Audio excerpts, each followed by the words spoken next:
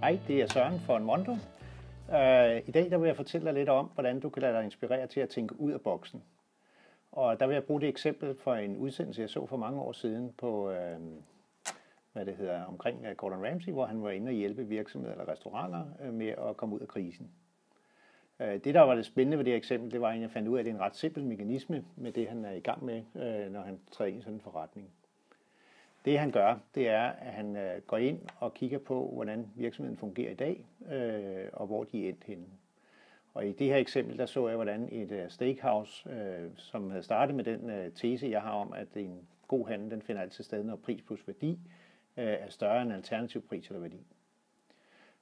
Og der har de faktisk startet som det første steakhouse på vejen. Men i løbet af nogle år, så var der nogen, der havde tænkt, ligesom rigtig mange andre virksomheder starter. Det var nemlig, at måden, det starter på, det er jo ofte sådan, vi tænker, jamen, det kan jeg gøre bedre. Og i det her tilfælde, der var der ikke mindre end 19, kan man så sige, steakhouse, da Gordon kom til. Og så er det jo klart, at når konkurrencen er så stor, så kan man jo ikke forvente, at kundemassen er tilsvarende 19 gange større. Så selvfølgelig vil der være mere presset, og det har så indflydelse på det, der hedder pris og værdi. Her har man forsøgt alt muligt med kuponer i aviserne, som man kender fra det amerikanske marked med 70% på regningen. Og man havde også eksempler på med gratis forret og sådan noget, som vi måske kender herhjemmefra.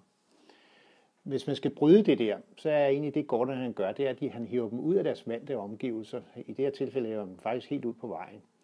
Og så kiggede han på de mennesker, der gik, og så sagde han så, er der egentlig ikke behov for en restaurant her på gaden, som begynder at servere sund mad.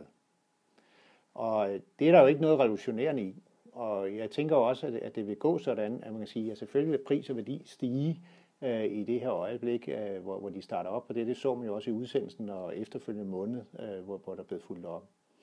Men naboen vil jo nok observere, at når lige pludselig, som jeg så i den her udsendelse, at skilsmissepapirerne var revet stykker fra ægtepar, der havde restauranten, de gik hånd i hånd, og de har måske fået så en ny bil, eller fået udbetaling til en ny bil, ja, så vil de jo tænke det samme, som det altid sker, nemlig at det kan jeg da selvfølgelig gøre bedre, og så vil det jo blive begyndt at kopiere på vejen på den måde.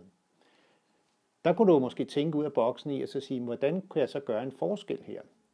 Og en måde, du kan gøre en forskel på, det er, at hvis du begynder at kommunikere om, at det er her, vil du gøre noget, der adskiller sig. En lidt svag forskel kunne være, at du gik ud og så sagde, hvis det var her i Danmark, at her får du Danmarks sundeste mad. Så vil det være svært for naboen at gøre det samme. Den lidt bedre vil måske vælge at skrive byens sundeste mad, men hvis jeg skulle anbefale dig noget, så vil jeg nok anbefale dig, at du skrev, her får du vejens sundeste mad. Og det er jo fordi naboen, hvis de også skriver, jamen det gør du også her, så kan de selvfølgelig godt gøre det, og så vil det være lidt med lidt humor. Men nummer 3, som skriver, det gør du også her, det klinger bare ikke. Jeg håber, du kan bruge det her råd, ellers er du altid velkommen til at kontakte os, hvis du vil have noget mere inspiration. Så have en fortsat god dag.